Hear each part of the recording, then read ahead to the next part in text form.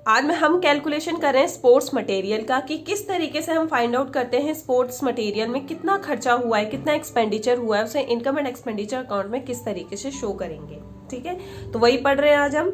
How are the following dealt with while preparing the final account of a sports club. Sports club में क्या है, जब भी हम एनपीओ में फाइनल अकाउंट की बात करते हैं तो दैट मीन की receipts and payment account, income and expenditure account and then balance sheet. ठीक है, तो रिसीव्ड्स एंड पेमेंट अकाउंट आपको ऑलरेडी क्वेश्चन में गिवन होता है। हमें क्या करना है, सिर्फ इनकम एंड एक्सपेंडिचर अकाउंट और बैलेंस शीट प्रिपेयर करना है, तो वही आपसे डिमांड की गई है। डेट हमेशा याद रखना इंपॉर्टेंट होती है आपके लिए, तो 31 मार्च 2019 आपका करंट ईयर है। जो भी डेट आपका रिसीव्ड एंड पेमेंट अकाउंट में ऊपर आपको गिवन हो वो आपका करंट ईयर होता है। अगर यहाँ पे 2019 की बात हो रही है दैट मीन की 2018 आपका प्रीवियस ईयर है और 2017 आपका 2020 आपका नेक्स्ट ईयर है। ठीक है, अब आपको रिसीप्ट एंड पेमेंट अकाउंट में दे रखा है रिसीप्ट साइड पे to sale of sports material. आपने सेल किया स्पोर्ट्स मटेरियल, उसके लिए आपको बुक वैल्यू गिवन है और कितने में सेल किया है, यानी कि आपको सेल वैल्यू गिवन है। सॉरी, बुक वैल्यू गिवन है आपको 20,000 की और 26,000 की आपको सेल वैल्यू गिवन है। तो जैसा कि आप हमेशा से जानते हैं, आपने 11th क्लास में भी पढ़ा है कि इन बुक वैल्यू और सेल वैल्यू को जब आप कंपेयर करोगे तो आपका जो ये गैप आ रहा है 6,000 का, ये आपको बताता है कि आपको प्रॉफिट हो रहा है या लॉस हो रहा है। ठीक है, तो प्रॉफिट या लॉस को हमें इनकम और एक्सपेंडिचर साइड में शो करना होता है। उसके बाद पेमेंट साइड में आपको दे रखा है कि आपने स्पोर्ट्स मटेरियल के लिए क्रेडिटर्स को पेमेंट करी है 61,000 की, तो ये कैलकुलेशन में यूज किया जाएगा। ठीक है, by cash purchase of sports material, आपने कैश में भी परचेज किया। देखो, क्रेडिटर्स फॉर स्पोर्ट्स मटेरियल का मतलब यह है कि आपने कभी उनसे क्रेडिट में परचेज किया था, अब आपने उनकी पेमेंट की है। नेक्स्ट, कैश परचेज में मटेरियल परचेज किया है तो वो आपको गिवन है। सॉरी, मैं इसका अमाउंट लिखना शायद भूल गई हूं, यहां पर है 10,000। आपने कैश में परचेज किया 10,000 का, क्रेडिटर्स को पेमेंट करिए 61,000 की। एडिशनल इंफॉर्मेशन में आपको स्पोर्ट्स मटेरियल का ओपनिंग बैलेंस और क्लोजिंग बैलेंस गिवन है और क्रेडिटर्स भी ओपनिंग और क्लोजिंग गिवन है। तो देखो, यहाँ पे आपको 3 तरीके के क्रेडिटर्स गिवन है, ओपनिंग, क्लोजिंग और देन आपने क्रेडिटर्स को एक्चुअल में कितनी पेमेंट करी है वो। ठीक है, तो अब चलिए स्टार्ट करते हैं। देखो, इनकम एंड एक्सपेंडिचर अकाउंट में कितना अमाउंट शो करना है, ये मैंने आपको अभी एक चीज बताई थी कि जो आपको बुक वैल्यू गिवन है और आपकी सेल वैल्यू गिवन है, इसको शो करना है हमें इनकम साइड पे। क्यों इनकम साइड पे? देखो, डिपेंड करेगा कि आपको प्रॉफिट हो रहा है या लॉस हो रहा है। अगर आपको प्रॉफिट हो रहा है तो आप इनकम साइड पे शो करेंगे, अगर आपको लॉस हो रहा है तो आप एक्सपेंडिचर साइड पे शो करेंगे। ठीक है, तो आप खुद ही देखिए, इसकी बुक वैल्यू थी 20,000, आपने उसे सेल किया 26,000 में, यानी कि आपको 6,000 का प्रॉफिट हो रहा है। ठीक है, तो हम प्रॉफिट को शो करेंगे इनकम एंड एक्सपेंडिचर।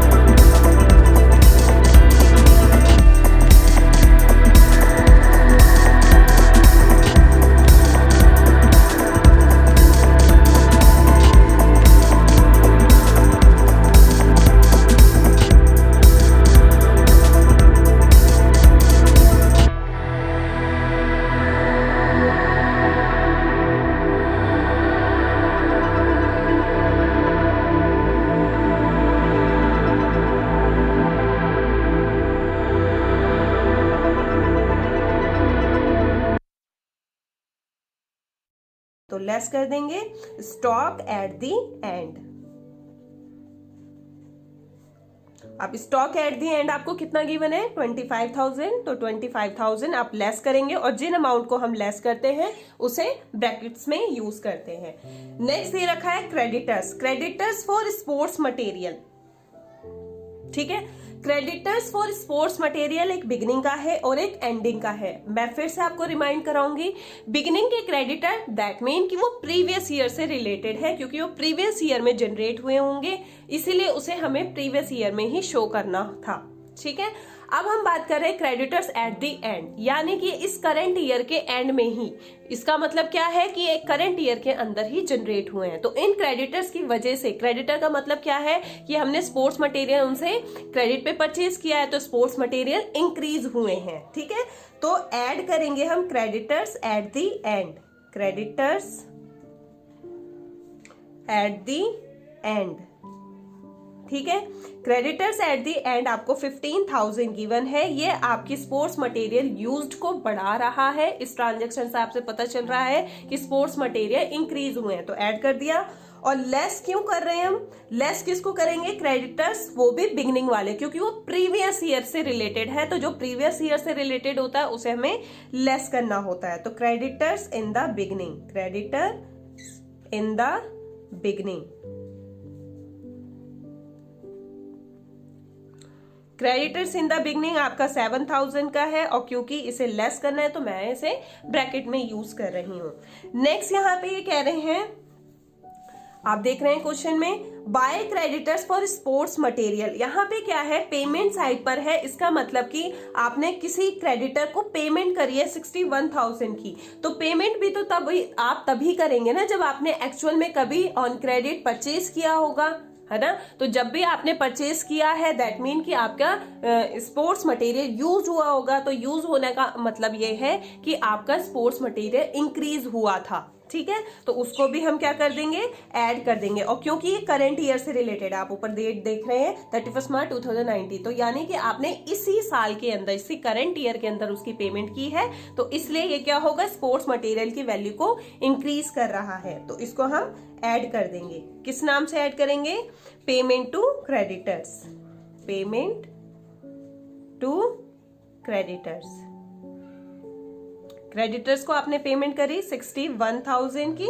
ठीक है, उसके बाद एक ये एंट्री बचती है, sale of sports material. Sale of sports material क्या हो गया, इसका मतलब ये है कि आपने जब सेल किया तो आपके पास से स्पोर्ट्स मटेरियल चला गया उस अमाउंट का। तो जब भी आप सेल करेंगे ना, तो आपको जो वैल्यू लेस करनी होगी, क्योंकि स्पोर्ट्स मटेरियल लेस हो रहा है, कम हो रहा है, तो ये आपको बात याद रखनी है कि कौन सी इसकी सेल वैल्यू है, उसका इस्तेमाल यहां पर नहीं होगा। कितनी आपकी उसकी बुक वैल्यू थी, इस चीज का इस्तेमाल होगा। जैसे आपने डेप्रिसिएशन वाला चैप्टर पढ़ा होगा, तो जब भी हम किसी चीज को सेल करते हैं तो एक्चुअल में हम बुक वैल्यू को देखते हैं, तो उसी तरीके से हमें बुक वैल्यू को यहां पर लेस करना होगा। ठीक है, तो कितना लेस करेंगे हम, सेल किया हमने स्पोर्ट्स मटेरियल 20,000 का, 20,000 का, तो हम लिखेंगे sale of sport material, sale of sports material.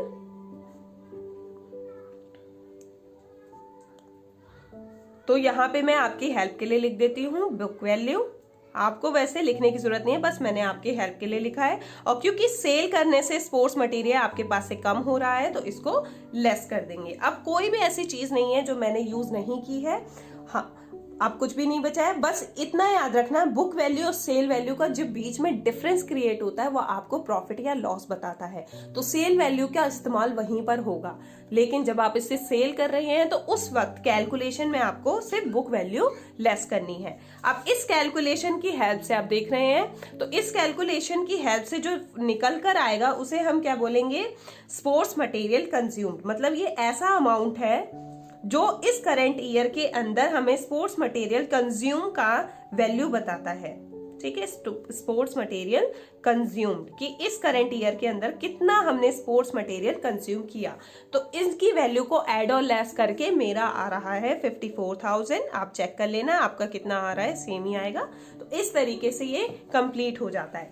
अब जो यहाँ पे स्पोर्ट्स मटेरियल कंज्यूम निकल कर आया, इसको हमें क्या शो करना है, आपको देखो इनके नेम से ही पता चला होगा। कंज्यूम का मतलब क्या है कि आपने इसको यूज किया है, तो इसका मतलब ये एक्सपेंडिचर है अकाउंट्स की लैंग्वेज में। और एक्सपेंडिचर हम कहाँ शो करते हैं, डेबिट साइड में। तो इनकम एंड एक्सपेंडिचर अकाउंट में हम इसे कहाँ शो करेंगे, डेबिट साइड में। किस नाम से शो करेंगे, sports material consumed, sports material consume लिखो या यूज लिखो, एक ही बात है, कंफ्यूज नहीं होना है, ठीक है। इस तरीके से ये हो गया हमारा इनकम एंड एक्सपेंडिचर अकाउंट। अब इसमें कुछ नहीं आएगा। अब देखो आपके जो क्रेडिटर्स दे रखे हैं और स्पोर्ट्स मटेरियल का ओपनिंग क्लोजिंग दे रखा है, तो ये हमारे बैलेंस शीट में भी आता है, जैसे हमने सब्सक्रिप्शन में भी किया है, ठीक है। तो इसी तरीके से स्पोर्ट्स मटेरियल का जो क्रेडिटर है एंड वाला, क्योंकि हम ये करंट ईयर बना रहे हैं, तो जो हमारे एंड वाले क्रेडिटर हैं वो करंट ईयर से रिलेटेड है, तो उसको हम लायबिलिटी साइड पे शो करेंगे। तो एंड वाले क्रेडिटर्स आपके कितने हैं, 15,000 के, जैसा कि आप क्वेश्चन में देख रहे हैं। तो एंड वाले क्रेडिटर क्योंकि करंट ईयर से रिलेटेड है, तो ये यहां पर आएंगे लायबिलिटी साइड में। तो इसे लिखेंगे क्रेडिटर्स फॉर स्पोर्ट्स मटेरियल।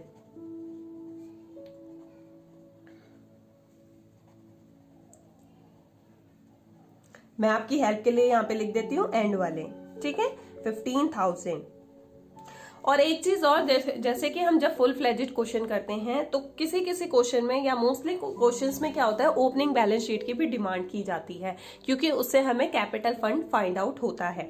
तो अगर आप ओपनिंग बैलेंस शीट बना रहे हैं तो जो क्रेडिटर्स आपके बिगिनिंग वाले हैं वो ओपनिंग बैलेंस शीट में लायबिलिटी साइड में आएगा, और अगर आप क्लोजिंग बैलेंस शीट बना रहे हैं तो क्लोजिंग वाले क्रेडिटर्स बैलेंस शीट में लायबिलिटी साइड आएंगे, ठीक है।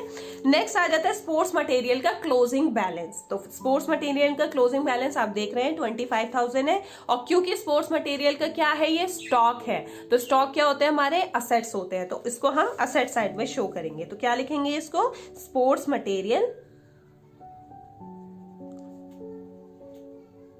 और ये क्या है आपके स्टॉक।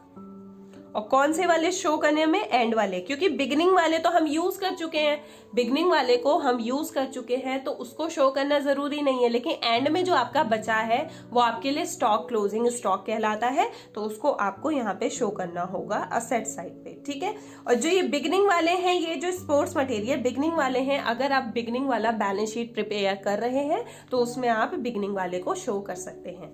फिर से मैं आपको एक बात रिमाइंड कराना चाहूंगी, हालांकि ये क्वेश्चन मैंने शॉर्ट फॉर्म में लिया है, अगर ये 3 मार्क्स का क्वेश्चन आता है, जो कि डेफिनेटली एग्जाम में आता है, तो आप इसे सेपरेटली भी कर सकते हैं। आपसे डिमांड की जाती है कि किस तरीके से हम स्पोर्ट्स मटेरियल यूज्ड को फाइंड आउट कर सकते हैं, तो जो हमने यहाँ पे ये कैलकुलेशन करी है अलग से भी पूछा जा सकता है, या फिर फुल फ्लेजेड क्वेश्चन में स्पोर्ट्स मटेरियल से रिलेटेड यही ट्रांजेक्शन आपको गिवन होंगे, एडिशनल इंफॉर्मेशन गिवन होगी, जैसा कि आप क्वेश्चन में देख रहे हैं। तो इसकी हेल्प से बिल्कुल सेम इसी वीडियो को आप देखकर सॉल्व कर सकते हैं फुल फ्लेजेड क्वेश्चन भी, टेंशन वाली कोई बात नहीं है, तो ये इजीली हो जाएगा।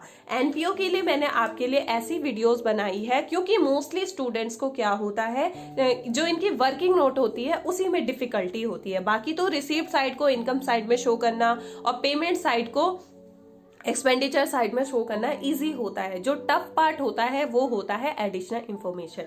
तो इसकी हेल्प से आप बिल्कुल आराम से फुल फ्लेजेड क्वेश्चन कर सकते हैं। तो ये क्वेश्चन आपका हो गया है कंप्लीट। वीडियो पॉज करके आप इन चीजों को नोट डाउन कर सकते हैं।